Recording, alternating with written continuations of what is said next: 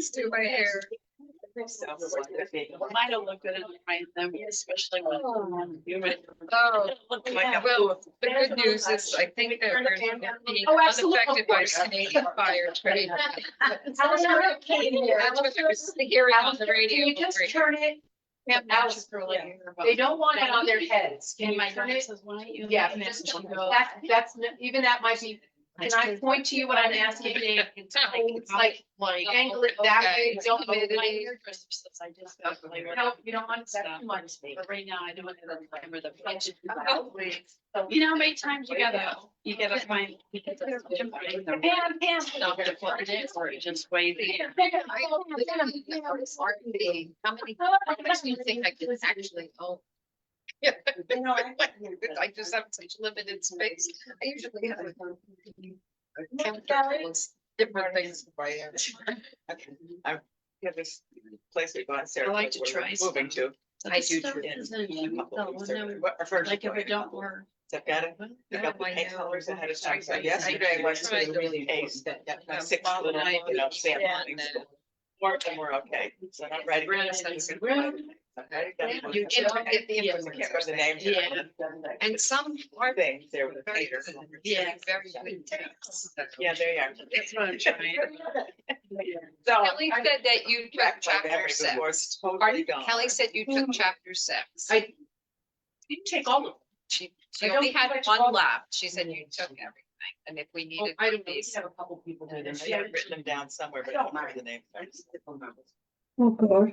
We'll see, we'll talk in a minute, we'll talk. Does anybody need this week's first of all? Yes. Here's this week, so I That's pass, 5, can you, right? yeah, that's 5, pass those around, I've got more of those if we need to. I only have one copy of chapters. I've only got one right now, so, What was it, chapter 100? She said. yeah, there was only one of chapter 5. Okay. Because I took them all, because I assumed if That's anybody fine. wanted them, you're gonna be Okay. here. Do you want me to? Does anybody else need 5? Do you got that? Next week or this week? I think. This is Today. No, I'm- No, what I'm gonna do, I have chapter 6, in case anybody needs one of these, but I'm going to send it out today because I've already copied it onto my computer. We're doing 5. I know we are, but this is for next week, chapter 6, which is what I'm also having conversation. I Okay, these can are- wait then if you don't. No, I think, no, at the end, if nobody needs the chapter 6, you can have this one. It's Noah's wife and the wives of his sons. Okay. It's gonna be fun. What? Well, this is a great study. This is really good. This one, I think this is one of the most. So interesting. So interesting. Oh, good. And we have our little, don't forget, if you want one of these Lexio, bookmarks, they're handy to have in your Bible or handy to have in your study book. They're right there. You can take one, Christine.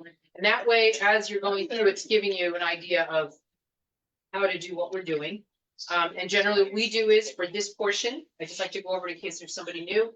We do Lexio and we do Meditatio, and then we kind of close with sort of a combination of Oratio and Contemplatio.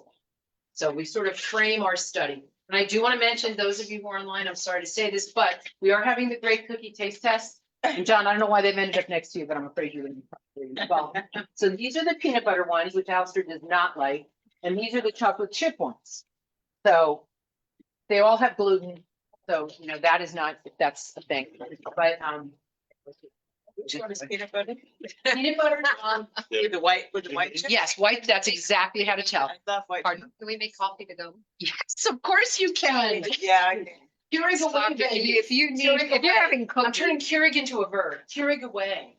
It's a verb. Hey, Debbie Beach has her hand up. Yes, Debbie Beach. You could send a sample along with Alistair today. But he's going to a meeting on Thursday and he brings these to every single Thursday meeting down at Dwaynesburg, I'm just mentioning.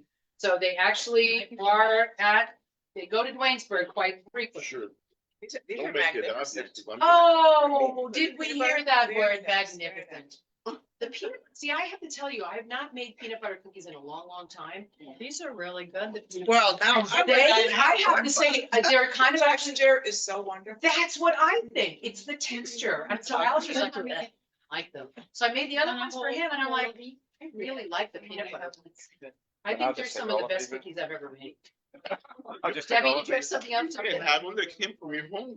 Well, no, I was gonna say, I have 3 appointments in on one Thursday, so pardon me if I don't make it to. That's certainly not. Yeah, good. No, but I think the peanut butter ones are the winning entries. And basically, the reason we're having this is to prove to Alistair that those are the better cookies. That's really the whole point of this, is to just uphold I my. love to have the recipe for this. These are Simple, simple, simple, simple, simple. Good morning, Imelda. Good morning, Lydia. Good morning, Dennis. Great, it's great to have you all. Nancy, I know you're listening online. That's so strange. This happened last time. When I took my sound and video off, I didn't show up on my own meeting. Show me. Well, I have my own since I had half of yours. How do I do? I want to make sure I see people who are, how do I find them? It says 4. Okay, thank you. Thank you. If he's in there, Why not? let's see. You can now send nonverbal. I'm close. I don't understand how to make people appear. Because this happened to me before. Oh, here you go. Display sound, enable waiting room. I don't see anything there. That tells me- Okay, we'll start. No, this happened to me last time too. No, we're not gonna, oh, you're just gonna play around. with this. Okay, so, and also the, both cookies are made with homemade oat flour. So, Wait, yeah, what? so homemade oat flour. So you just throw oats into a blender and it makes flour. Yeah, that's stuff. It's very awesome. Yeah, but I like the texture it gives and I think it's Exclusively, or do you healthier. have other flour too? I use a King Arthur flour as well, but I do half and half in all my cookies. Cause I just feel like all white flour is probably not as good for us as it could be, so I sort of feel like let's. Mix the oat flour in. Oh, yeah, half and half. Great. Yeah. I never did it. Half and half. Well, you can only do it for things that don't need to rise. It has no Sure. gluten in it. It's a gluten-free flour. So Oh, just gluten free? oats are gluten-free. Cooking with Melissa. Of course, I like gluten, so I mean, I don't like gluten. I do too. After doing a detox with somebody recently, I have cut most gluten out of my life and it worked really well. So it's been kind of interesting how good that's been. Yeah. I left my glasses in the other room, Good digestion. right at my fair Good desk. digestion. Thank you. Nothing is. Morning, Mayor. It's good to see you. Good to see high school friends. Bragging. I never get over that you're my high school friend. We all have this right.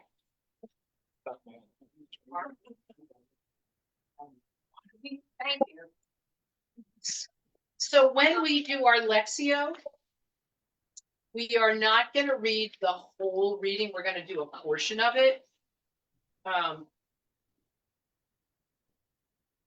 hoping that everyone has read the reading. And so we can reflect on, but I think if we do the Lexio at the beginning and then kind of deal with the rest of the information, and I'll mention it again, that Barbara sent me an excellent article that I've already forwarded on to all of you to read later on. I didn't assume we were gonna be able to read it before the study. Okay, I know we're there. Can I go? Wherever exactly are that? No, I can't. I have to find. Not. Okay, all right, I'll find it later. Okay, I'll just stumble through it. I can do it. I can do it if it's Braille. I can do it if it's Braille, not a problem. Okay. We've got a few people who are making copies, so we're just gonna wait till people sit. I am troubled by the fact that we can't see everybody on the screen. I don't understand that. So we can see Nancy Alistair's computer, but we can't see her on mine, and this happened to me the other day, and I don't know why that happens. It's probably.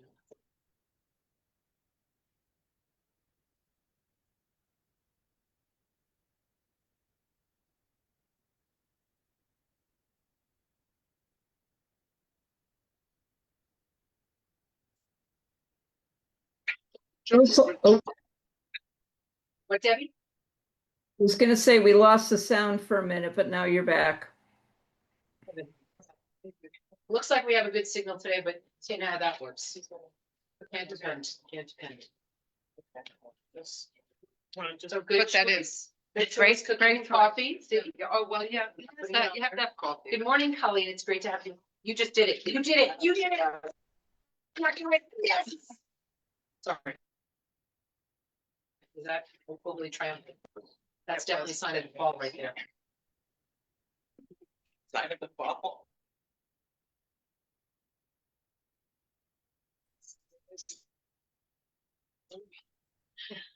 Oh, my goodness. So remember, what we'll do is we'll read the passage, the portion of passage that we're going to do. I do want to make sure everybody has a chance to sit down, so this is not just me prognosticating. It is actually about waiting for the group to set. And in the room today, we have, In that case, I will be coffee. You cooked sugar amongst us, so there you go. John's like, well, the second they sit down, I'm going to get a coffee. It's gonna go on forever. All we're gonna do is eat cookies and drink coffee today. It's really great. No, but we will take a vote about the, voting on which cookie we think is the better. Oh, we cookie. have to try both. Oh, you do. You do. And you can always take half. I'm not at all picky about things. You can take half if that's, I think Love they're you. worth being an entire. Hand chopped chocolate, just mentioning that as well. Hand chopped chocolate. See, I told you baking was therapy. Oh, Joy's here. Did you just let her in? Either that or she found her way in without anybody helping. That's good. Are you okay? Yeah. Having some Keurig challenges. Keurig machine. I used a very high level Keurig machine at the hairdresser yesterday. Very impressive. It's fast. And they have. No, it was not fast. It was not But it fast. does have a nice, they have a nice choice of. They have, yes, they do. I have the coffee nut, very delicious. They can have a very nice choice. Yeah, they do. They do. I love coffee. At the hair. Yeah, we go to the same hair. We go to the same person who cuts our hair. Oh, for So, years. Actually, half of St. John's Goes there. goes to her now. Yeah, Oh, it's- if you don't want. if We you won't mention it want your online because I don't want gossip, anybody to feel like I'm recommending people. The St. John's gossip is like. No, I have to make myself. You do. Have to get it. Her husband just opened a barbershop. So we did 1880. Oh, where's Yeah. this? She's the one who helped me go gray. And I have, But I did They that. named- Who started it? funny, she got married and suddenly. no, actually, I was having children, I think. I think that was pretty much it for me. She's really very- I think we were done after They that. do downstairs too? Good job. Yeah. Debbie, can you hear everybody? We see Joy, I'm really troubled that we can't, that I don't see, because this is one of, it's problematic. I don't know why we can't see her. Yes. Oh, No, the no, I audio's- lost. Oh, there's Nancy.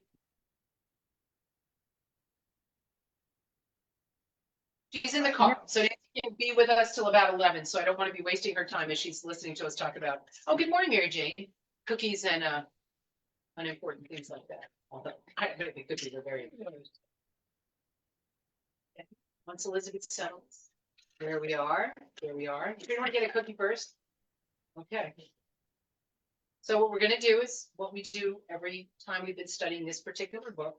I'm gonna read a portion. Would you say? Just read up to here?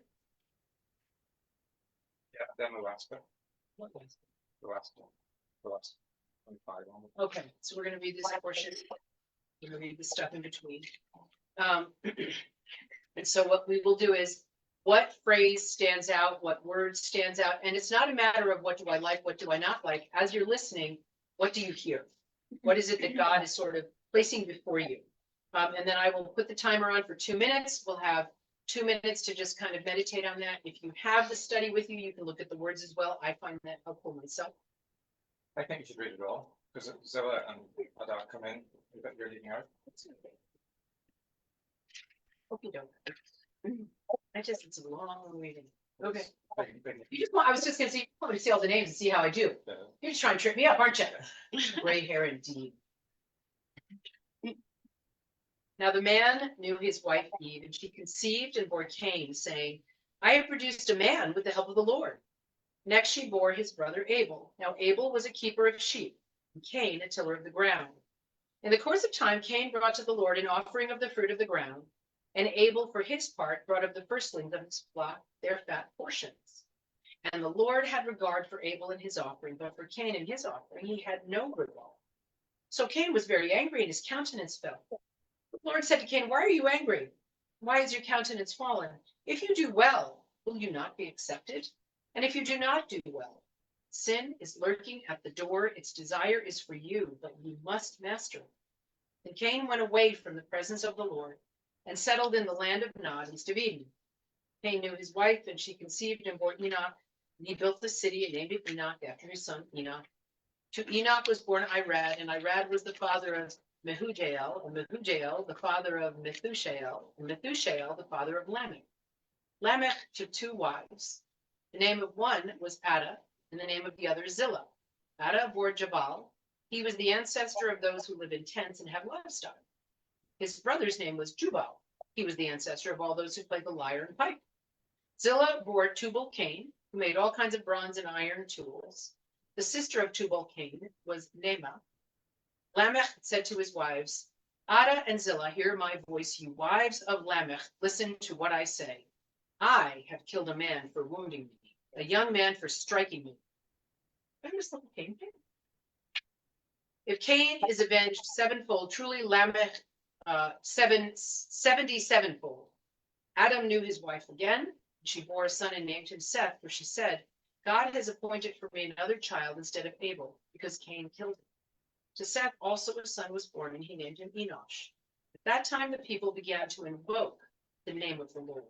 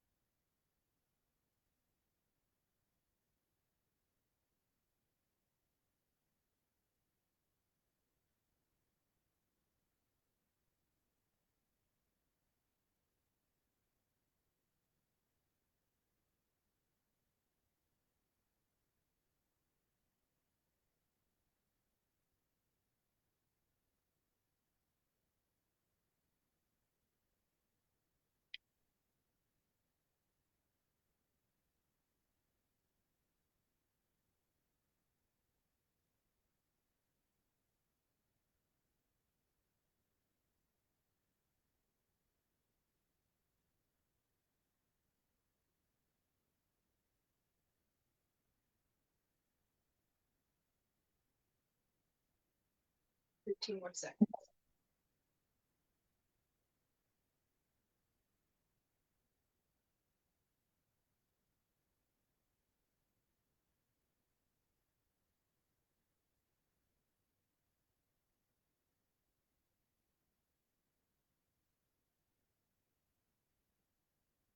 What phrases stood out for people? And online, you can obviously type them into the comments section.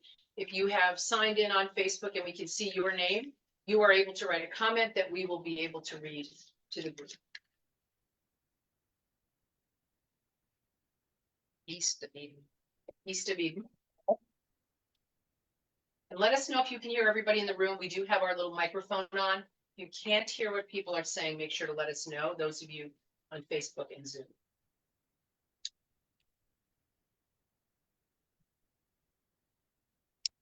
Sin is lurking at the door.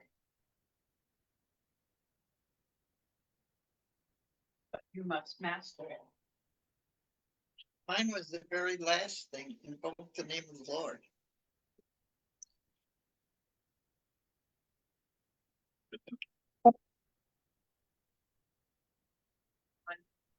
Either on Facebook or Zoom, have a phrase. Joan, we have to stop doing this. This is 3 weeks that we have picked the same thing. The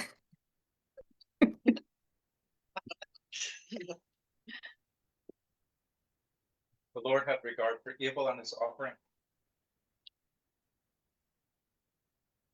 And Cain went away from the presence of the Lord.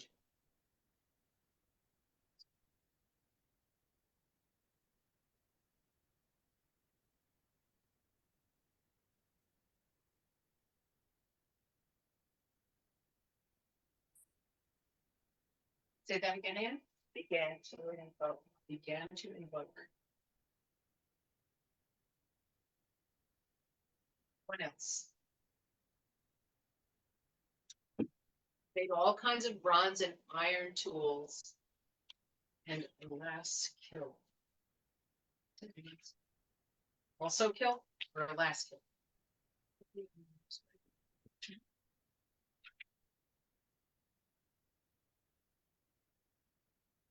Anyone else? What we're gonna do then is, do you want to read it? Yeah, this is great, because this one is smaller. This is so helpful to the girl who doesn't have glasses. Okay, and then I have to stop at a certain point, because when we had the discussion, we talked about the killing of That's Cain in what our we read. conversation. I know, and so we read all that because it seemed very important to this story, even though. Really, you wanna try my glasses?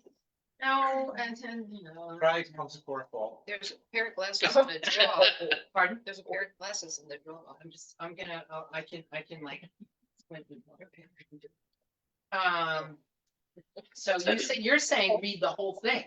Yeah, that's what I did. I read it from my Bible. Yes. And I thought, then I read it here and I thought, why did they leave out? They skim, yeah, they skim. I did the same. But this is foundational. There was So so here much. is brothers. Well, I'm just trying to make sure it's 26. Where is verse 26? Violence. But in the chapters. We'll be writing our own. Okay, okay. Oh, it is, it's the whole chapter. Okay, so be ready. We'll read the whole chapter because I do think this is important. Adam lay with his wife Eve, and she became pregnant and gave birth to Cain. She said, with the help of the Lord, I have brought forth a man. Later, she gave birth to his brother Abel. Now Abel kept flocks and Cain worked the soil. In the course of time, Cain brought some of the fruits of the soil as an offering to the Lord. But Abel brought fat portions from some of the firstborn of his flock. The Lord looked with favor on Abel and his offering, but on Cain and his offering, he did not look with favor. So Cain was very angry and his face was downcast. Then the Lord said to Cain, why are you angry? Why is your face downcast? If you do what is right, will you not be accepted? But if you do not do what is right, sin is crouching at your door. It desires to have you, but you must master it. Now Cain said to his brother Abel, let's go out in the field. And while they were in the field, Cain attacked his brother Abel and killed him. Then the Lord said to Cain, where is your brother Abel? I don't know, he replied. Am I my brother's keeper? And the Lord said, what have you done? Listen, your brother's blood cries out to me from the ground. Now you are under a curse and driven from the ground, which opened its mouth to receive your brother's blood from your hand. When you work the ground, it will no longer yield its crops for you. You will be a restless wanderer on the earth. Cain said to the Lord, my punishment is more than I can bear. Today you are driving me from the land, and I will be hidden from your presence. I will be a restless wanderer on the earth, and whoever finds me will kill me. But the Lord said to him, not so. If anyone kills Cain, he will suffer vengeance 7 times over. Then the Lord put a mark on Cain, so that no one who found him would kill him. So Cain went out from the Lord's presence and lived in the land of Nod, east of Eden. Cain lay with his wife, and she became pregnant and gave birth to Enoch.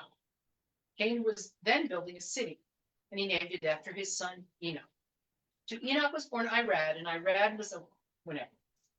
Lamech married 2 women, one named Adah and the other Zillah. Adah gave birth to Jabal. He was the father of those who live in tents and raise livestock. His brother's name was Jubal. He was the father of all who play the harp and flute. Zillah also had a son, Tubal, Cain, who forged all kinds of tools out of bronze and iron. Tubal, Cain's sister, was Naamah. Lamech said to his wives, Adah and Zillah, listen to me. Wives of Lamech, hear my words. I have killed a man for wounding me, a young man for injuring me. If Cain is avenged 7 times, then Lamech 77 times. Adam lay with his wife again, and she gave birth to a son and named him Seth, saying, God has granted me another child in place of Abel, since Cain killed him. Seth also had a son, and he named him Enosh.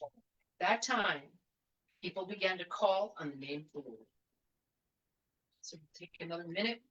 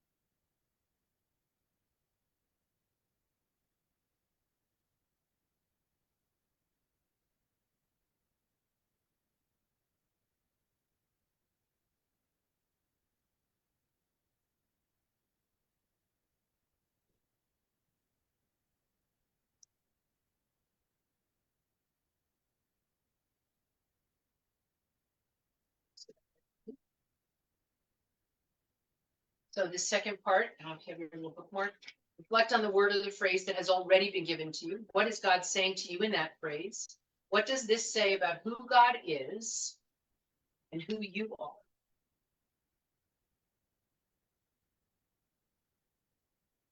Do you have any reflections on the phrase that you chose? Nice. Let's split the screen so that I can see people in the room. Really? In the beginning, Yep. And she produces a man, but later in the chapter, when it's said, she produces a son. that's interesting. Interesting. Firstborn. Really, so at first she says, I have produced a man, but she doesn't say it, and then the second time she has. When it's produced a said, son. I have produced a son. That is really interesting. Anyone else about receiving? Sally? No, except one second. Talked about sin lurking at the door, Yeah. waiting, to pursue you, devour you. And I just can't get that out of my mind. Sin is presented as a living being thing who has motivation and a purpose and a goal, outside the cave, so to speak. Whereas in the 20th century, I think a lot of times sin is regarded as something that comes from within the broken, less than perfect human being. It's very individual. We think of sin as very individual, Yeah. whereas that idea of sin is outside the It's a person. different world view, a different, It is a very different world. different view of evil. Right. Right. And sort of, that's fascinating. The beast. Sin is the Yeah, beast, yeah. the I mean, wild beast. to think of it as kind of stalking us as opposed to something that we sort of can opt in or out of. It makes it much easier when I think of it as just an opt in or an opt out, or I made a mistake, but boy, when you think about the beast kind of crouching, that's a really, really interesting. We're gonna watch a video about that later. Did you have a video? Okay.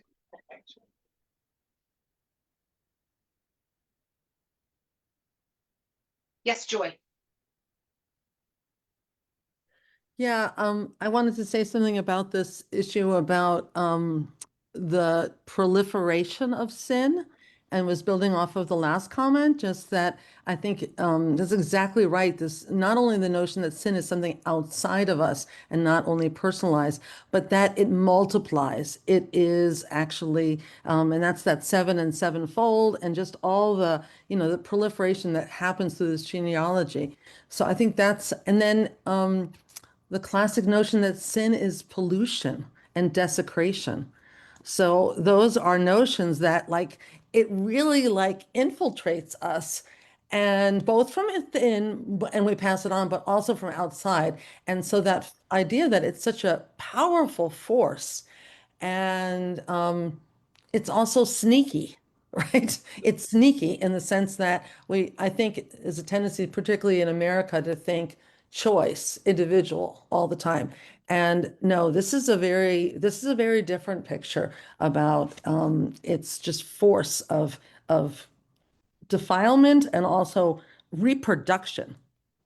Okay, that was a lot, but sorry, I work on sin, which so I'm thinking Right. about this a lot. Yes, yes. What was your word, Joy? Yeah, this was not, she had bronze and iron. It Okay. has nothing to do with sin, but she was compelled to share about sin, which is good. Yeah, Yeah. so remember, we are trying to stay with your phrases at this Well, point. sorry. Yeah. No, we'll get to that. We're gonna I get to just that. like so much what she said, so I had to jump in. Yeah, yeah. And this is Joy's last Wednesday with us because she begins teaching her demon students later on this month and starts having a series of meetings on Wednesdays. So we're gonna have Dr. Joy here only for this week. So whatever you get to say this week, Joy, make it good, because these are your parting words for me. There might be one more. A doctorate ministry program. Joy was my mentor at Emory. So she lives, yeah, oh, that's too Demon. funny. Okay, of course, The teacher demon. when I would say into my phone, I'm working on my D-Min program, it always came out as my D-Min program. Yeah, so D-Min and demon sound Okay, an awful lot alike. Thank you for whoever else. No, everybody, you're right, That's, Yeah, I thought- and, because they're looking at like, a study of demon program, demonic. Joy teaches a demon program, what is that? We're gonna hear about that later on. We are actually, so it's, so interesting, these are interesting. Kind of fits in with the whole sin But, outside the door. yeah, I mean, and it's not for the idea of being paranoid about it. You know, but sort of an awareness of, as you said, a different worldview of how people have viewed sin. I think that's really, And I think the word lurking has a lot of meaning Yes. to it, you know, it's just so Yeah. visual, and it's, I think Joy said something about it, it's stalking us. You know, it's waiting for. which makes you feel a little bit more kind of creeped out by the whole idea, like it does, we think of sin as fairly casual. Oh, sometimes I sin, sometimes I don't, whatever. We never really think of ourselves as being stalked by something that is triumphant when we fall. You said every night, every Wednesday night at Conklin, Yes, your enemy, And your the devil adversary, the devil, Well, prowling around like a roaring lion, lion, seeking seeking someone someone to to devour. Yeah, every single Wednesday night we say that. And this kind of goes along, my phrase kind of goes along with yours, because I feel like it's sort of the beginning of the opening for sin, where it said that, that Cain turned away from the Lord. Yeah, that's the present. That to me is like, there you go, like, you know, it's not gonna end well when you hear that. So even after God has had this very personal relationship, has personally counseled him, he makes a decision to turn away from him. And that is where our friend Sin, who was lurking, is like, yes, success. I've got him on his own. And as we see, that ends catastrophically. Catastrophic. Other people, phrases that you heard more when you heard the second time, you heard the reading the second time. Invoke the name of the Lord. When you read it from the NIV Bible, it said called on the name of the Lord. So my question became, is that when people started praying, that they became aware of God's presence? I didn't understand exactly what. Well, it's interesting because they obviously were aware of God's presence right in the garden, but they didn't really have to invoke God because they were always with God. Like they didn't know a time of not God. So now we feel the absence of God, and we can choose, like, if Cain can turn away from God, we now have that ability to turn away from God, which means we then need to either turn back or call on God to feel the presence of God. So it is different than it was in the garden. In the garden, they never had to invoke the name of the Lord. They never had to say, God, where are you? Whereas now people say that all the time.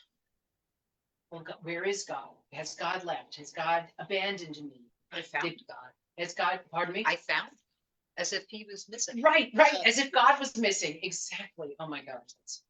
Yes, yes. So we're really hearing some very, I really think studying the book of Genesis, you can't study it enough, because you pick up so much foundational information that changes the way you read every other book of the Bible. I believe, for me, certainly. Debbie, you had your hand up? Joan did it again. Sorry, Debbie. No, still this is getting really creepy. But I was kind of thinking along the same line, and I almost looked at the beginning like, even once they were outside of the garden, to me, God was having conversations with them, like back and forth. I mean, he spoke to Cain, Cain spoke back. And then we moved to invoke after, what Cain did. So that was kind of, to me, what the shift was as well. Yeah. Those really personal conversations were gone.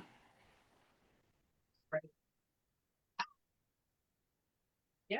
Do you think that I counted, because they talked about 7, Cain was avenged Yes. 7 times, Yes. and 77. Yes. So then I had to count the generations. Yes. And it's 7 Yes. from Again. Adam to Yes. Lamech, It's in I guess. And that is kind of a significant thing, isn't it, in scripture, Right. history, whatever. Yes, it's Hebrew. considered, it's a sort of a perfect number. It's considered a kind of a perfect number of balance. So generations are often expressed in the sevens. Obviously, creation, 6 days, and then the 7th day that God rested. So you'll see iterations of 7, but you're right, that does make it significant. And of course, this is the story of the first family, not just the story of the first people. It's the story of the first family and how that looks, which is really interesting, to say the least. Right. I would just like to add in the very last paragraph. Eve goes on and has another child after her first, one kills the other. Yeah. And she then, can you imagine? Like, you have to deal with that. And then you decide to go on and have another child. Right. Like, think of the inner fortitude you had to do that. Because your first two, Right. look what happened there. Right. To have the hope that you could do this again and it could be better. Well, Eve had, and I'm gonna mention this now, Eve had a very interesting perspective. If you look at the very first verse, it's so great when you were talking about the man versus son. This is really fascinating. I'm gonna wait till the siren goes. I have produced a man with the help of the Lord. So she is aware of being a co-creator with God of humanity. Like, so that's one of the reasons we hear man rather than son. She's like, holy moly. Like, First swear word. you know, God created us and now we are creating humanity.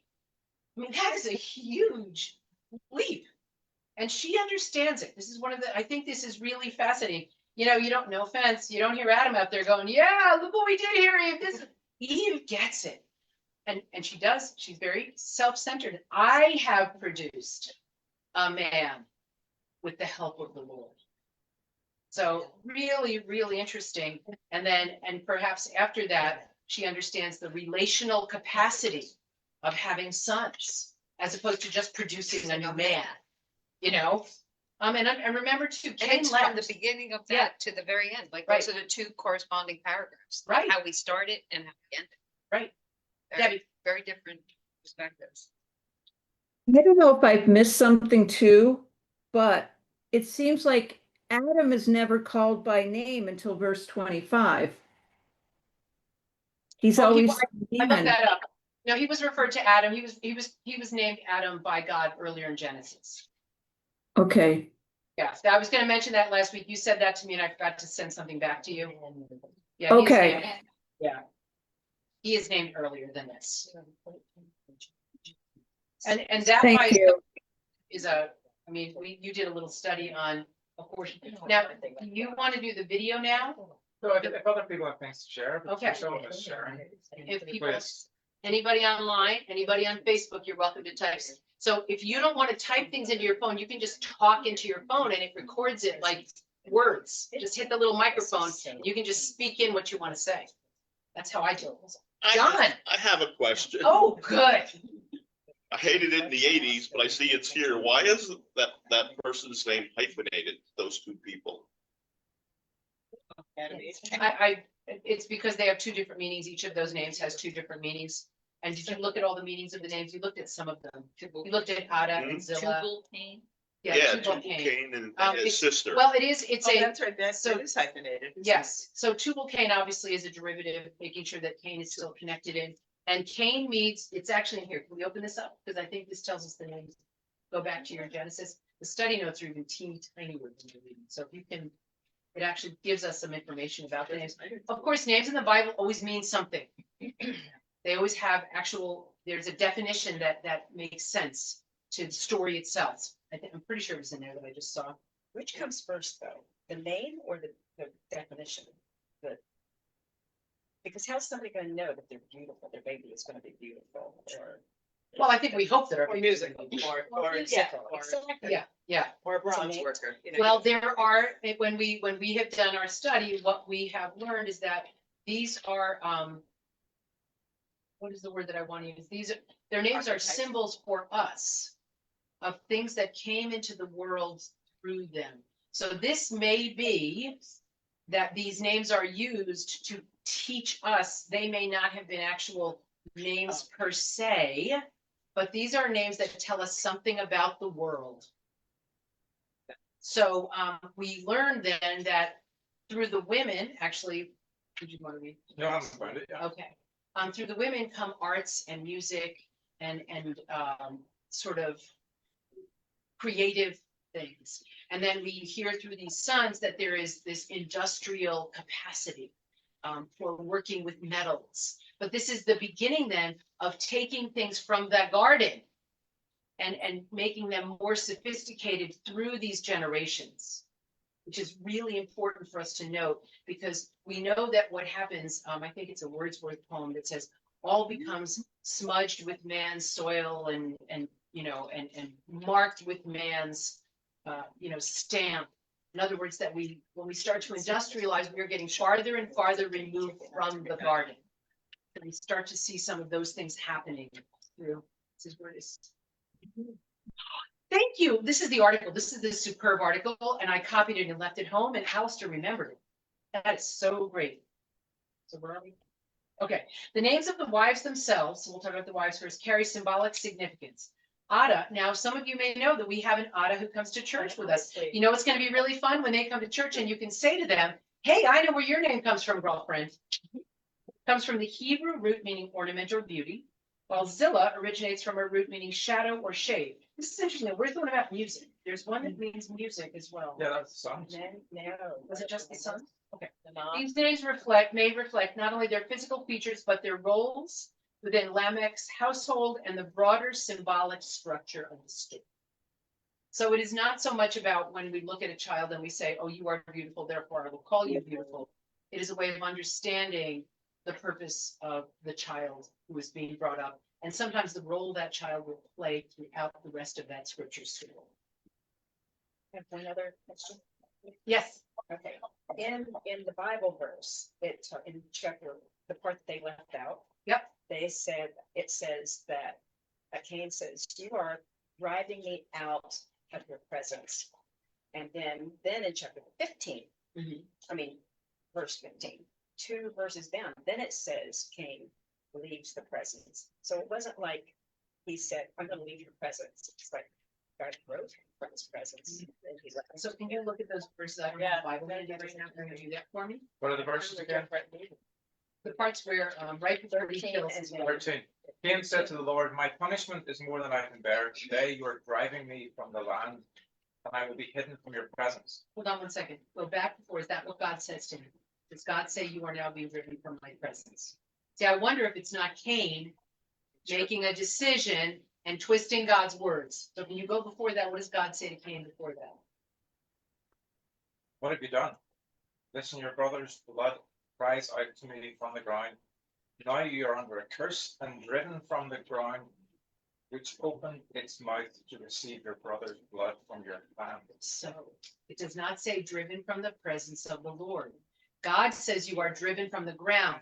What Cain is doing is translating that to say, if I am driven from the ground, then I am driven from your presence, God. That is not what God says. You're a restless wanderer on the So Cain went out from the Lord's presence and lived in the land of God.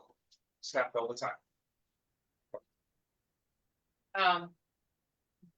And this is one of the things that I'm always interested in scripture, because I think actually that the very first sin was not the fruit, but was Eve changing the words of God in response to the serpent. It is the way we change God's words to suit our purposes that I'm just as guilty of as the next person. It is classic for us to do that, to argue about Bible verses, obviously, to say, no, it means this and it doesn't mean that. But this this justifies my life if I think God said this, whereas that annihilates my life or creates a need for change in my life if I believe God said it this way or God said that. So it's interesting because what Cain is saying is not true, indicating in some ways the depth of his own sin, that he is creating God's words for him. This may be an opportune time to look at the video. I think it would be a fine time to look at the video. We're gonna have to share them. Yes, sure. We're gonna allow multiple people to share. It's actually about the Satan and demons. It's the Bible project. It talks about the introduction of sin and also how demons work, and it talks about the Nephilim. So that confuses everyone. The Nephilim are the giants that were ultimately created. Everybody loves talking about them. All weird, like Bible scholars, they love the Nephilim. They're like very tall, giant like creatures. Possibly the Philistines were somehow related to them. It's always Is it in the Old Testament? it's Old Testament. Oh, yeah, it's in this story. It's Oh, in it this is. story. Yeah. We're in the next chapter. As they continue, they breed with a group of, Women, the women breed with a group of, they, it's called the sons of God. and we're not sure who they are, this group No, of the but sons of this God. just gives an idea of who they are. Okay, Primarily, it's about the sin. okay. So where did evil come from? Isn't this a great topic? Can you make it any larger? Can you enlarge the screen at all, at the bottom? Oh, Alistair, did you share the sound and everything? I'm gonna have to stop it. Yep, I was gonna say, there's a problem here, we're not hearing a thing. Do you have enough internet? Do you need to do a hotspot? Yeah, right, okay. It's a great video. All of it, and 7 times God calls it good. Yeah, I experienced that kind of goodness. So we've been learning about spiritual beings in the Bible, and I still have a lot of questions about the bad ones. Well, great. Let's talk about the Satan and demons in the story of the Bible. So let's start in the beginning. In Genesis 1, God creates a beautiful, ordered reality out of darkness and disorder so that life can flourish. He appoints humans as his representatives to rule over all of it, and 7 times God calls it good. Yeah, I experience that kind of goodness often in the world, in things like beauty and truth, love and generosity. But in Genesis 3, we meet a creature who's in a state of rebellion against his creator. We're not told yet why or how he rebels, but he's on a mission to ruin God's good world for other creatures. This thing is trouble. Yeah, this creature is the Bible's first portrait of evil. It distorts what God has purposed for good, ruining and dragging creation back into darkness and disorder. So the humans join the spiritual rebel, which leads them back into chaos and death. And from this point on, the human rebellion is interwoven with a spiritual rebellion. And the biblical story shows how this happens over and over again. Okay, but wait, we're getting all this from a slithering snake? Well, there are clues in the story that it's more than. It is a high place where the earth and its creatures overlap with heaven and its creatures. So this snake could be a spiritual being. Well, Genesis 3 points in that direction, and then later biblical authors fill in the picture. Like when the prophet Isaiah has a vision of God's heavenly throne room, he's surrounded and being praised by the spiritual beings. Yeah, these are the cherubim around God's throne. But when Isaiah sees these creatures, he describes them as seraphim, which in Hebrew means snake. Ah, so the snake is like a former staff member in God's throne room. So why is he talking to the humans? Well, the prophet Ezekiel understood this figure as a spiritual rebel who didn't want to live under God's wisdom and authority. He wanted to be God. All right, that's the same temptation the snake puts before Adam and Eve. Exactly. He says they could rule the world like God, but by their own wisdom. So they're all kicked out of the garden. Yeah, God says this rebel will now crawl on its belly. Where does it go after this? Well, the biblical authors offer subtle clues where this being is at work behind the scenes, animating division and hatred between humans. They also use a variety of images to describe this being. It's a snake, or a sea dragon, or a dark desert creature, or the king of death in the grave. He's also given many titles, like Tempter, or the Evil One, or the Devil, which in Greek means the slanderer. But his name is Satan, right? Actually, no. Satan is not a name. It's another one of these titles, which is why in Hebrew it has the word the in front of it. The Satan means the adversary, because he isn't for anything, rather he's anti-everything, working through lies to drag us back into darkness and disorder. That's intense. Now, what about these other spiritual rebels in the Bible called demons? What are they all about? Okay, so remember the concept of God's heavenly staff team, the divine council, or the sons of God. In the Hebrew scriptures, we're told that some of these rebelled too. When did that happen? Multiple times, actually. After the snake comes the rebellion of the sons of God in Genesis 6. We're told that they have sex with women who then give birth to violent warrior giants. Oh, right, the Nephilim. These are probably the strangest characters in the whole Bible. Well, strange from your point of view, but ancient readers knew exactly what was going on. The ancient kingdoms around Israel claimed to be founded and protected by giant warrior kings who were part human, part God, and filled with divine wisdom. Ah, I see. So the biblical authors are saying, hey, those warrior kings, they shouldn't be honored. Right. In this story, they're portrayed as human rebels who are captive to spiritual evil, spreading their violence in God's good world. Yeah, and one of those kings in Genesis 10 goes on to build the city of Babylon. Yes, Nimrod, whose name sounds like the Hebrew word for rebel. And his kingdom leads to the next rebellion, where humans exalt themselves in Babylon. But God scatters that rebellion. And when Moses in Deuteronomy looks back at that story, he says that's the moment when God handed over the nations to worship the rebel host of heaven, the gods of money, sex, and military power. Moses is the first one to call them demons, that is, lesser spiritual beings. So demons are spiritual forces at work behind corrupt human power structures. Yes, but in the Bible, they also work on the personal level, animating and exploiting humanity's greed and selfishness, as well as the weakness of our mortal bodies. In the Bible, spiritual evil is at work in anything that drags God's good creation back into chaos, darkness, and death. So this is why when Jesus arrives on the scene, he said his primary enemy is not human. Right. Jesus and his first followers viewed all the pain and suffering in God's good world as a sign of its captivity to death and spiritual evil. But they didn't think this was the end of the story. Right. Jesus knew that the only way out of this cosmic ruin is to overcome evil and death itself, even if it costs him everything.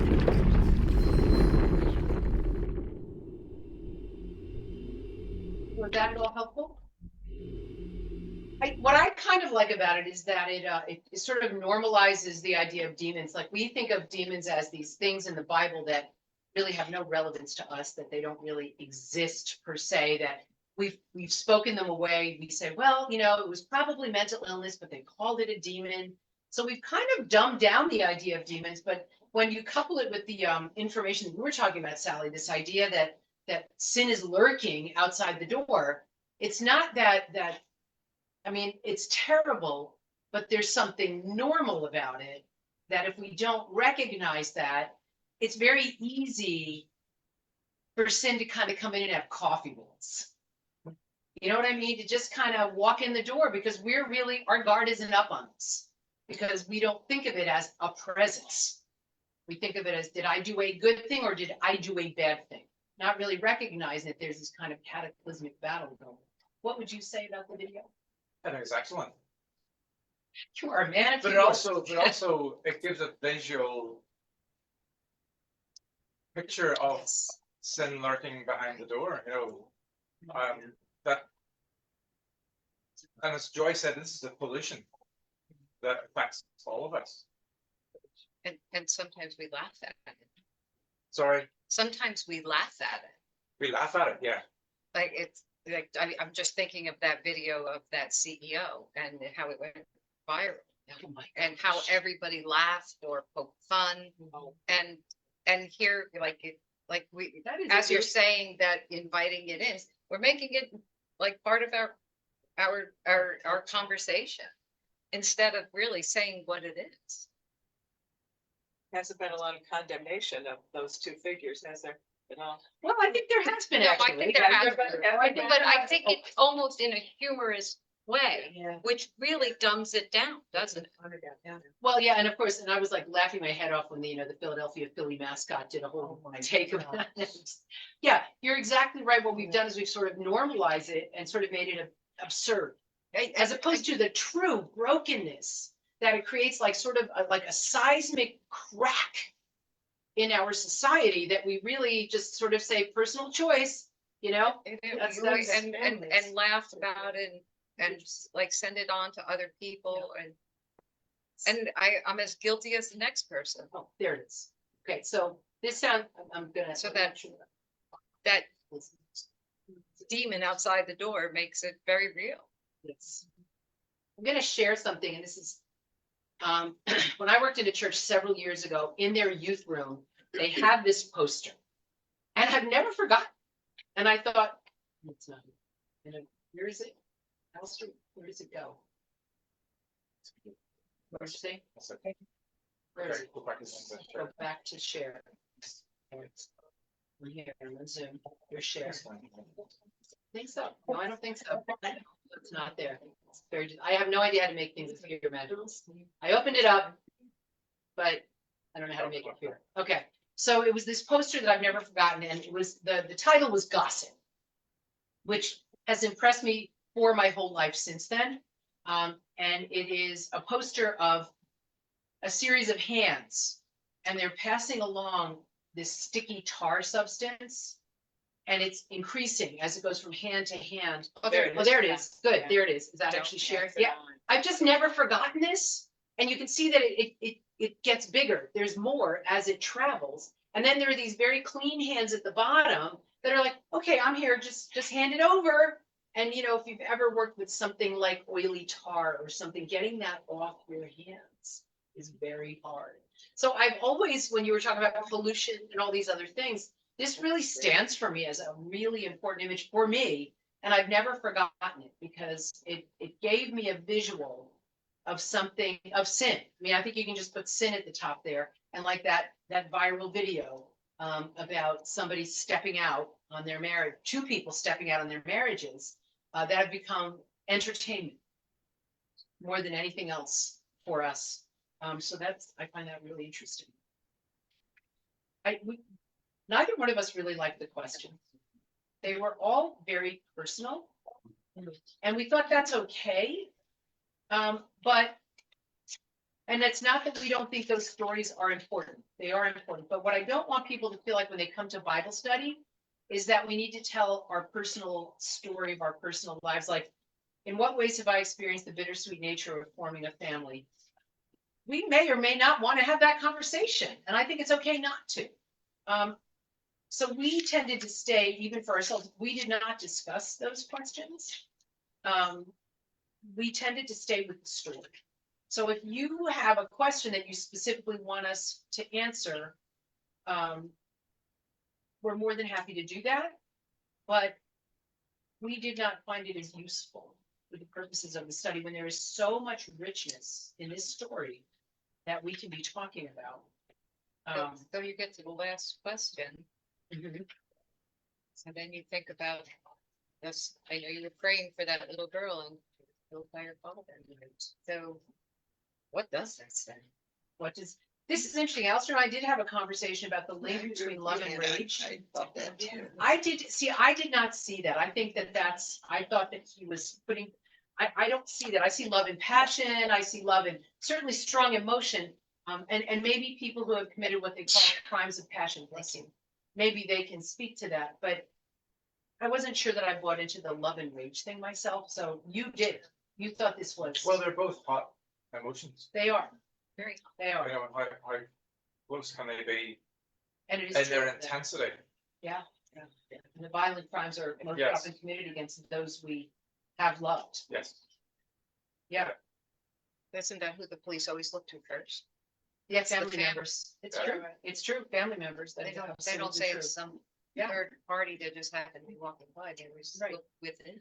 Well, and to understand in this story that what we're seeing is. So somebody we're gets- dragging this all the way from Cain and Abel. Well, and that's, the first murder is a big deal. And you know, as we were saying today, when we were talking about it this morning again, you know, before the commandment existed, thou shalt not kill.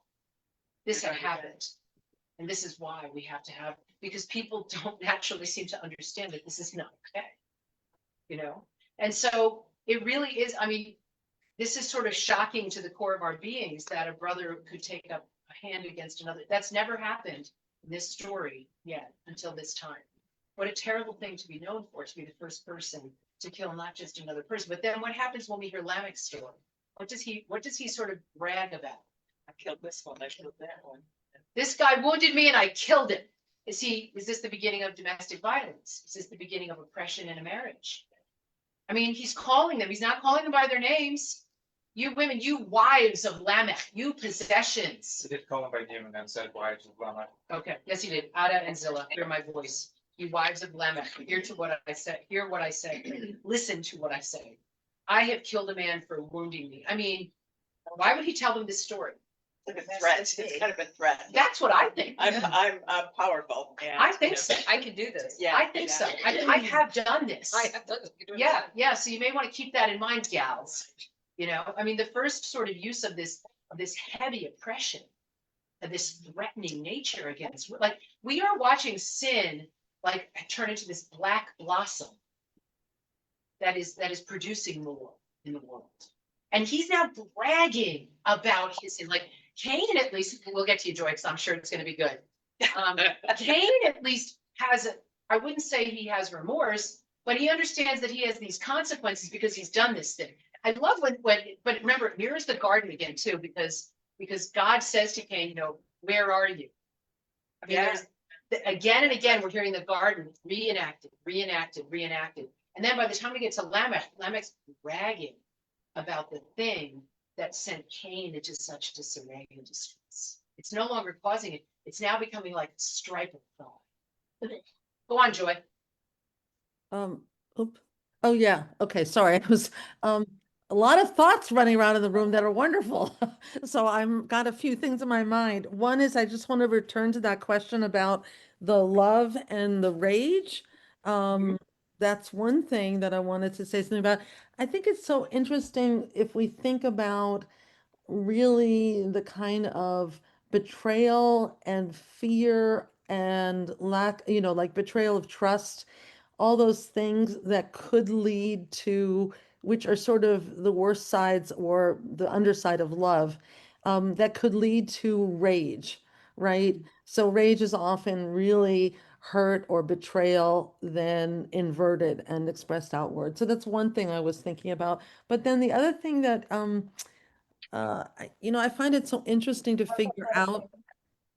I find it so interesting to figure out.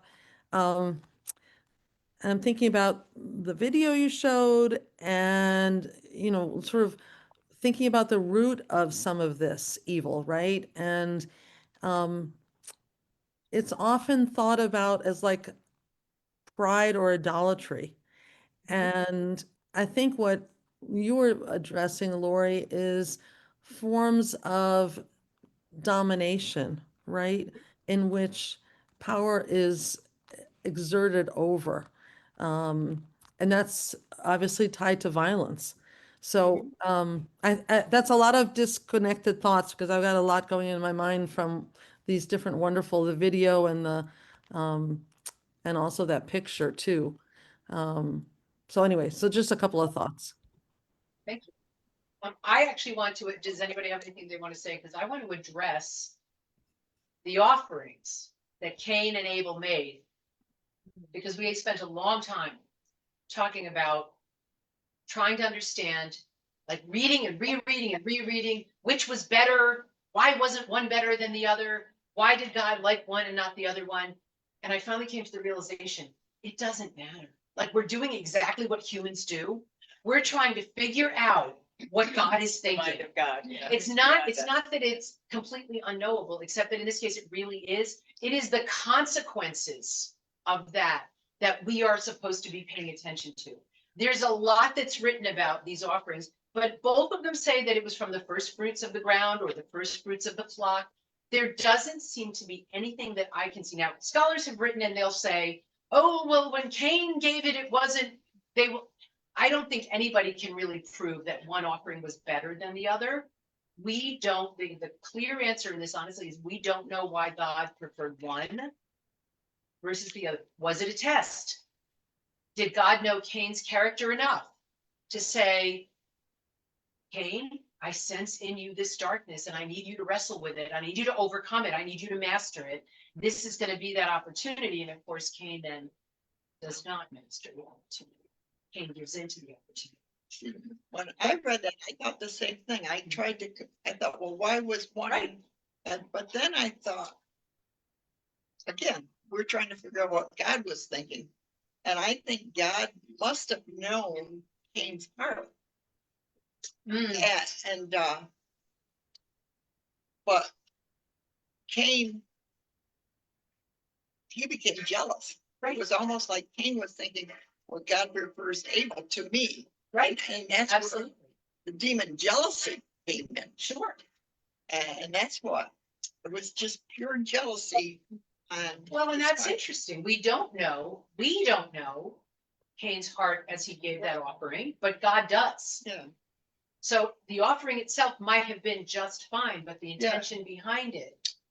might have been something that God recognizes, but we cannot. And it's not clear. in I the think what you're saying is very interesting because God actually does a really interesting thing here of exposing jealousy and anger Yes. without saying those words. Because it says, verse 6, why are you angry?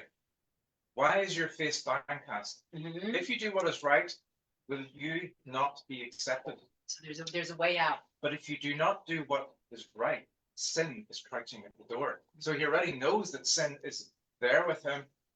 If you keep on going with this, you have to master it. No, and it kind of, yes, now I'm following your reason. It doesn't matter what I think, it's did you do the right thing? Yes. Did you do from within, was it Right. from, Right, what yes. was it whole? Exactly. So God is almost And gently he's like, I don't trying, need to be. he's almost gently trying to say to him, like, sin is at the door. Yeah. You have to master this. But he would just continue Right. to be angry And then he and turned, eventually right? turn and kill his brother. Well, and turned away from God. Remember that famous phrase? He turned away from God. So all the counsel that God was giving him was not useful to him. And then he He was followed marked. his own You will. thought that marking was a terrible thing to carry. I thought, see, so the idea of Cain being marked, in my opinion, I thought it was a much worse punishment than being killed by somebody. Because he had to live the rest of his life, and people knew every time they looked at him, for whatever reason, right, whatever it is, whatever it was, like if it was, half an arm. We don't know what it was that marked him as someone who was both a grave sinner and someone who should not be touched. Was he terrifying looking? Were people so horrified by him that they were like, I don't want to be anywhere near him? Well, they couldn't because they would be punished 7 times over. But maybe they may or may not have known that. Like, it's not like he was carrying a billboard saying, There weren't too many by the people way, around. if you kill me. Yeah, but there weren't too many people around. So Well, they everybody were knew. increasing pretty quickly. It's as the story goes on, it seems to me. The Scarlet Letter. Yeah. Yes, that's exactly what Sally was saying. She did the sign of sort of like, murderer on his forehead. Alistair said it's like the anti-Harry Potter. It's the opposite of Harry Potter.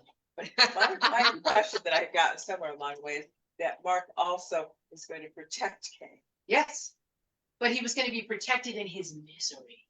He was suffering for the rest of his life from the sin that he had committed, the consequences. I think, so I think, honestly, and this is, I'm not in favor of the death penalty at all, never have been, never will be. But I do think that life in prison is worse than being executed in some ways. I mean, I know life versus no life, I get it. But the idea of living forever in jail, and that's what Cain is doing. He is living in jail for the rest of his life. This is the first life sentence. That's one way of looking at it. The other way is God's mercy. Because in the garden, True. God said, if you eat of this tree, you will die. Adam and Eve didn't die immediately. They were cast out. So here is Showing God's mercy. showing God's mercy. Now, Cain has murdered. And God That's bad. really says, Abel's blood is crying out to me. You should follow the same way. But he said, no, I will spare your life, but you will be marked. So there is mercy, Yes. judgment. God's wrath and mercy come together. Yeah, in constancy. Debbie, you had something you were going to say before? Well, the only thing I noticed as far as the difference, and like you said, in the end of the day, doesn't really matter. In the Bible study and in my Bible, it says Cain gave some, not the first fruits, where Abel's, it says the firstlings. So that was the only, and was that his personality, like, okay, I'll give God some, but here's enough for my family. Now I'm going to give it to God. Again, making suppositions, but that was the only, because I struggled with that until that kind of popped up to me. I think we all have struggled with that because we want to know clearly what it is about one that was better than the other. And I sort of feel like when I wrestle through these things, I gain this incredible freedom because I'm like, it doesn't matter. And I love letting go of that I have to keep reasoning through this tiny point for me. And I really felt as though I could understand the whole story better when I let go of needing to know that detail, because I was never going to know for sure. Joy. I have a simple comment this time. We're all Cain. So the question is really, as we're like investigating what did Cain do wrong, and we're trying to find some moral thing or what it is. I think what the story is trying to get us to think about is how are we Cain today? In many, many ways. So, is it is it the culture of violence we live in? Somebody said that before in a different way. Is it the accumulation of goods because we fear we don't have enough? Right, right. So that could do with the offerings. So anyway, that's just us to sort of shift from like. Well, there's a little t-shirt that we could have printed up. We are all Cain, Right. right? Huh? We can all wear that out into the world and see what people say. We are all Cain. But we're not able. That's. Bravo. More cookies for you. Joyce on Facebook said, I agree with Debbie, as so many times we've talked about first fruits, which is very important. I talk about a Bible study I went to. A woman was starting a business. She was like, I don't know, knitting hats or something. And I'd never heard of this in the Catholic Church, but she was donating the first 10% of her profits back to God. And she was talking about her first fruits. And I thought, I've never heard of anybody doing like you remember these things that you learn along the way that change the way you think about how you give. And so with the very first of her profits that she gave back to God. So there's another pattern here coming from Cain and Abel. Cain was the firstborn, and the firstborn had all the privileges. Yeah. Yeah, it's true, yeah. Yes. Here was God saying, you haven't, it's not acceptable. For whatever reason. And so as we go through the book of Genesis, you find out that it's the secondborn who gets the blessing. So many times over and over. Abel didn't really get the blessing. He didn't get the blessing, but here was this pattern that God accepted the offering of Abel. Right. Of the as secondborn. The secondborn, but not the firstborn. So it's hard being the firstborn. You're not. I'm not the firstborn. I'm not. No. No, but there's this pattern that God.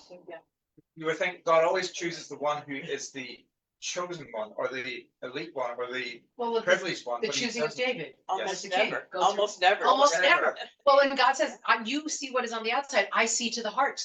Yes. So God sees beyond what we ourselves can see or pay attention to. Or what our culture or society Yes. needs is the most Absolutely. important one, you know. Absolutely. As Bishop Van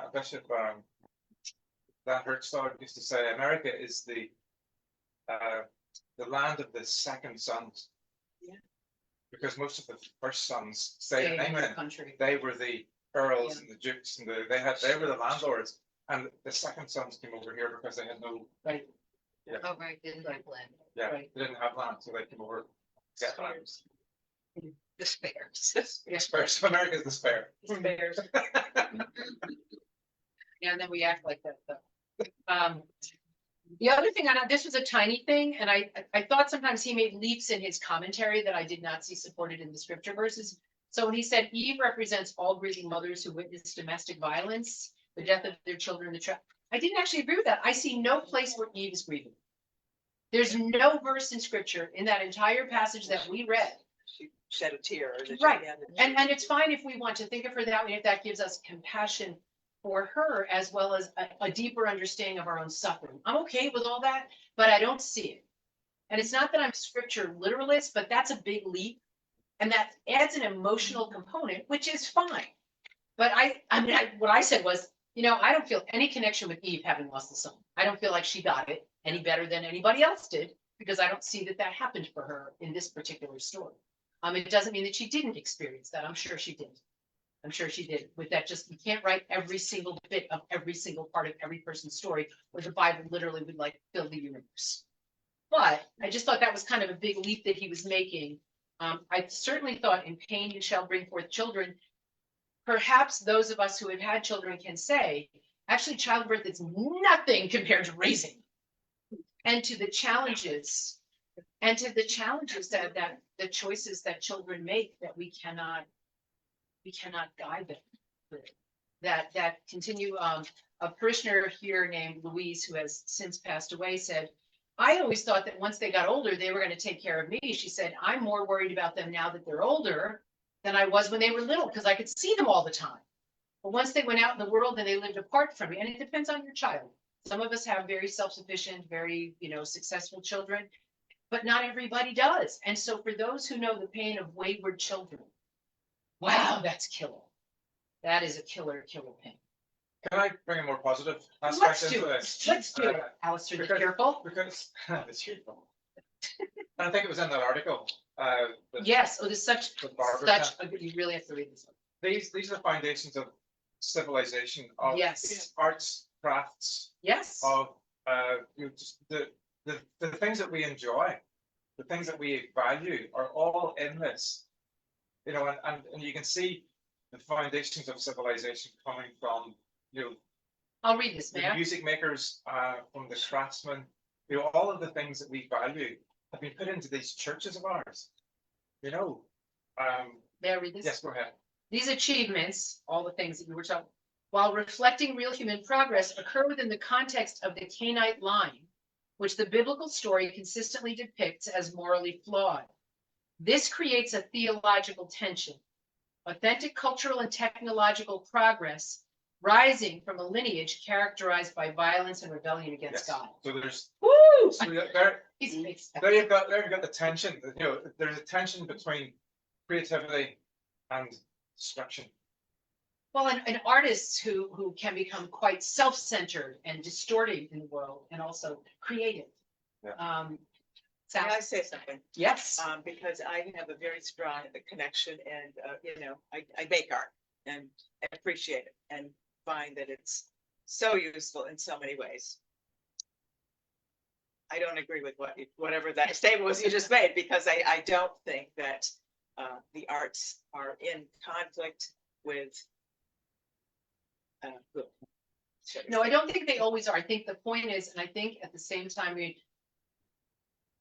my son is an artist, and I often find that artists can be insecure, self-centered, prideful. Not always. They can also be wildly creative, inviting, generous, visionary. I think all of these things come, but I was really thinking actually predominantly of the industrial side of things. And when you think of the Industrial Revolution, so we think of these things as advances. Okay, let's think of AI. Why don't we go right there? That's not even a person, but people developed it. The problem. People developed it. And so we are looking at something that is capable of all kinds of creativity and yet all kinds of destruction and lying. And, so we have to see that, I think, with all of the good things that we have, and it doesn't mean that each individual artist has a flawed quality in it. But I guess I object to. Yeah. What is the word? You sort of, generalizing. Yeah, And just say right. as a class or as Right. a group, Right. we're gonna That's label fair this to- group, because that is Yeah. so against Mhm. the message of Christianity. I think they had to be artistic and talented to build to use the metals, Yes. to make tools. Oh, which is gosh. a good thing, to Yep. make their art. Right. Then they can turn around and kill somebody with it. Turn your swords into plowshares. Exactly.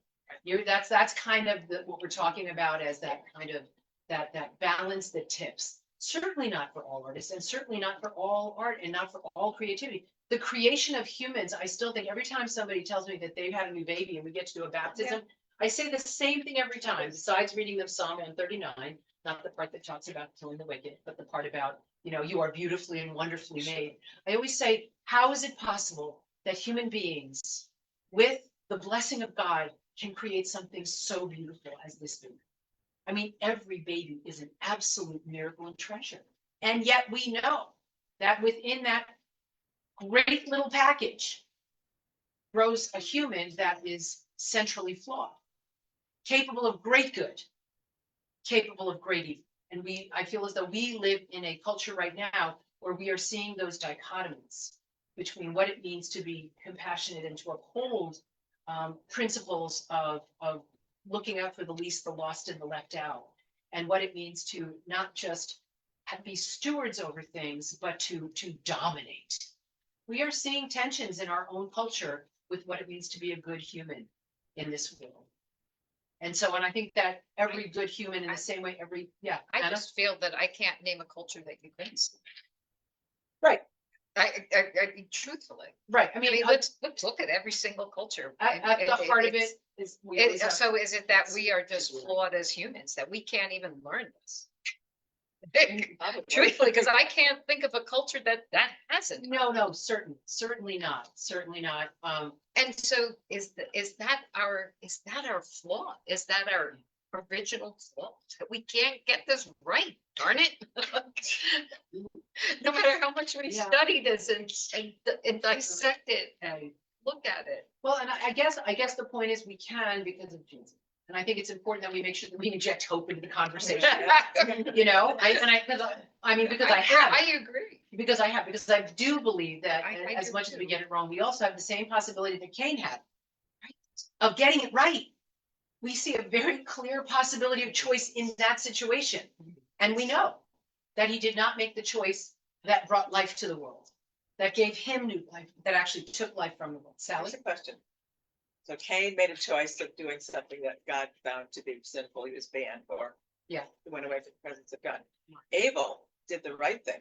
And look what happened to him. Oh, yeah. And this is a great point you bring up, because one of the things that I think is so interesting, and I bring this up only because it was a personal experience. People said to me, how could your son have died? You don't deserve this. And I was like, why not? What are you kidding? Like, I'm human. My kid is human. Like, I'm going to get cancer. I'm going to get hit by a truck. Like, there is no bubble protection because you love God. All we have is the power of this example as we face the same choices of life and death, perhaps not as dramatically, although I have almost hit people with my car sometimes by mistake. Not as dramatically in our daily life about whether to share life or death with the people we love and the people we meet every day. Because there are ways of being dismissive when we meet people. I'll give you an example. There was a person in the band shell. Yeah. Okay. That's correct. Oh, well, there we go. Okay, so there's a person in the band shell, and I've got a lot of experience with finding people in the band shell. There's shelter. They are in there with a suitcase. Bing, bing, bing, bing, bing, red flag. They're hunched over and they're like sitting like this. Bing, bing, bing, bing, bing, red flag. Did I go over and talk to that person? I did not. Should I have? Absolutely. Did I know? Yes. Was there a little angel over here going, go talk to the person, Lori. Go find out what they need. And then here's a little devil going, you don't have time for that sort of thing today. You got to get moving, Missy. You got stuff going on. Like we've all seen the cartoon. Those little angels and little devils on our shoulders. That was a brilliant cartoon image. Because that's literally what happens. And I failed at that example the other day, and it is holding me down. And maybe that person was just going to catch the bus down at Stewart's. I don't know, but I never asked to find out. I never asked because I refused to intersect with another human life in a way that I know I should have. And no matter, and I don't need anybody to say, oh, well, you never know. Maybe they were carrying a gun and they were going to shoot you. I don't know. That's not. If I didn't know, I'd send you back. I know you would have said, Lori, go talk to the person because you I know. did that before. Yeah, exactly. Yeah. But then our life would not be the same for the next week. Well, that's the problem. Yeah, and he knows that. So can I pick up on? Please do. You're talking about Abel. Abel was innocent. Yes, Evil will always try to overcome the innocent. yes. And is Abel a foreshadowing of Jesus? Where the evil Wow. destroys Sacrifice Jesus. and death. Yeah. You know, there's that's Blood something is I've in the never thought ground. about. You know, Yeah. there was no salvific Salvific. impact in that death. It just was pure destruction. But yet that's what Happened to happened Jesus. to Jesus. Wow. The innocent. Has anybody in this room, Joy, have you ever heard this before? That is amazing. No, it's just. I think that's amazing. I think it's literally amazing. It's really annoying to say. I really wish I'd say it. Oh, wait, there's a little. I better move away in case I get killed. No, I think it's an excellent, I think that's an excellent point. Right from the very beginning, we are seeing evil overcome life. But then Jesus shows that it cannot be overcome forever, that Jesus will always reign. The blood supreme. cried out. Yes, the blood, and of course, the blood is the life. She did a whole study on the word Dam, D-A-M. Yeah, no, yeah. I Um, don't think they could find it. It's no. just a minute long. Yeah, it was only a minute, but it talked about this loss of life force when we lose our blood. And of course, at that time, that's all they knew, that blood was life. Yeah. The liquid of life. They called it, they kept, It's really interesting, the liquid of life. I kept saying, are they talking about blood? Yes. And he said, yes, and I was like, Yeah. oh, liquid of life. So Adam was a dam. Dam means blood. Blood.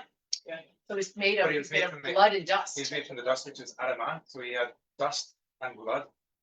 And so whenever Abel was killed, the blood spilled. Into the ground, into the dust, mingling And so with the the dust. ground dried out. Do you hear this? Is this amazing? This is amazing to me. This is an amazing Bible story. I think it shows dramatics between, nobody's mentioned the families.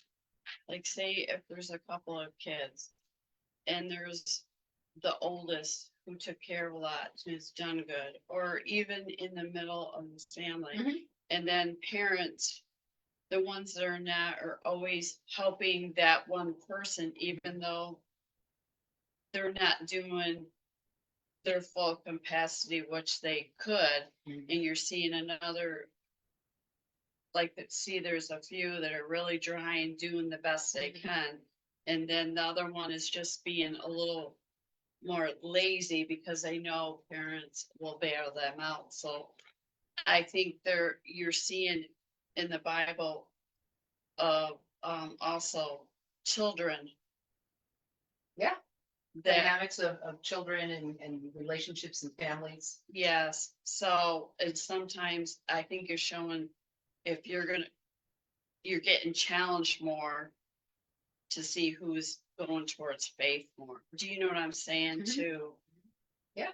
Because of the dramatics Yeah. between it, you know. Yeah. Can I say I just want to say one very quick thing, one line and then go. There is no perfect family in the Bible. No. So if we're all under the illusion that we're supposed to have a perfect family, nobody in the Bible was able to do it. Jesus wasn't able to do it. Nobody had a perfect family. One. Okay, I'm going to call Elizabeth out because you have a whole career in trying to sort all this out, didn't you? You were a family, Well, Marion too. you know, psychiatrist, psychologist, wherever you were. This was what you dealt with.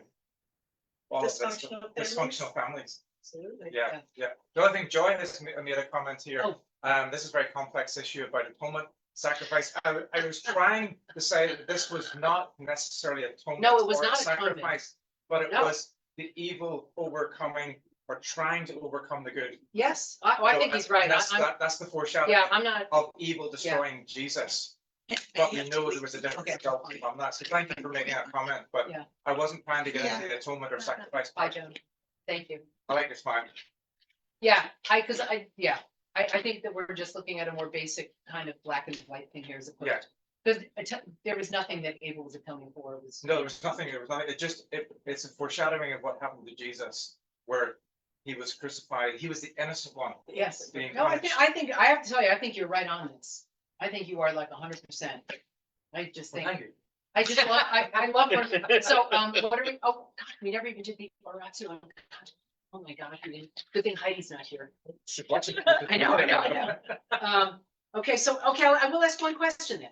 I have a couple minutes. The human task is to subdue our destructive impulses and channel them in creative and constructive ways to advance a civilization of love. That is still our job. How can I participate in this task today? I think that's a fair question to end.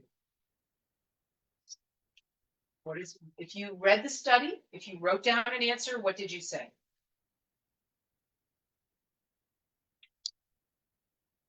Notice the beautiful. Pardon? Notice the beautiful. Notice the beautiful.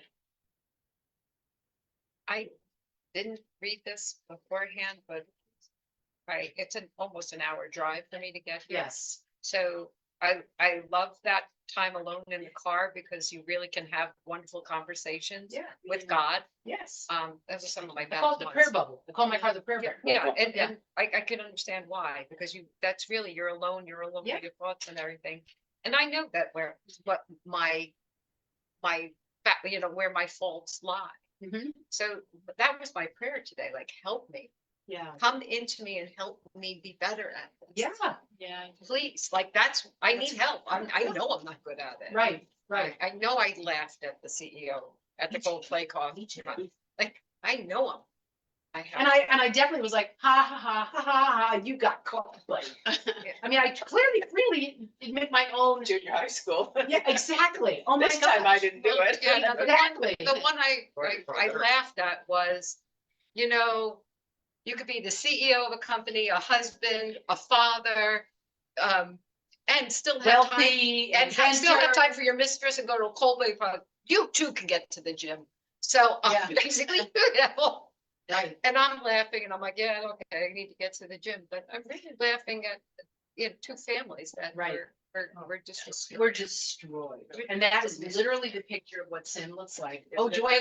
So Joy, we gotta make it snappy here, but I want to make sure if anybody else in the room has something that they see as a task they can do to advance a civilization, which means an entire structure of love, as Jesus has shown us love. Okay, Joy. Just a quick thought. What I didn't realize until I read this beautiful commentary was how to juxtapose destruction and chaos and all that pulling down of creation with creativity. And so the pull towards artistic expression, those three women do artistic things, they build things. I just found that so inspiring. And I just thought, what creativity, like I could be very impatient. So what creativity other than cooking can I do, whether it's painting or sewing or writing? Yeah, it just seems so powerful to me. So I just needed to say that position was what can we create? No, I like that. I love that idea of being creative as advancing a civilization of love, which expands this idea of from sort of a task to an offering. And actually living into the gift that God has already given us that we may not be exploring. So I really like that as well. So my first thought on this was philosophers over millennia have been trying to work out how to make a society that love each other.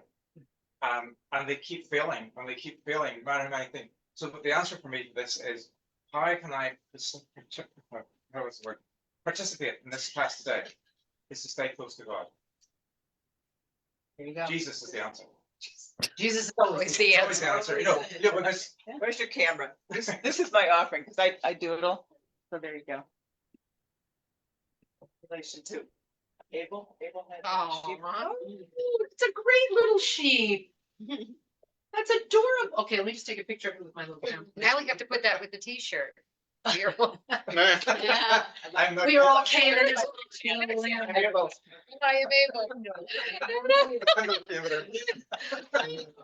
I think we need to do. This is I such think a that would good be a very study. cute black and And white. I knew it was gonna be a good study, and it was so, we haven't plumbed the depths of it. We will move on to chapter 6 next time. I think the difference was bringing cookies at the beginning. Don't let it pray out. I would love it. Heavenly Father, thank you for this discussion. Thank you for the way you've made us. We are sorry at times whenever we fall, that we are given to that sin which is at the door. But we thank you that we have a way that brings us back to you, and that is Jesus. Thank you for his death, sacrifice, for rising from the dead to give us hope. In Jesus' name we pray. Amen. Yeah. Excellent study. Thank you, everybody. Thank you. Joy, we'll miss you as studies go forward. You have a lot of really good stuff. Bye, Joy. Good luck with your demons. Bye, Joy. Hi, Debbie.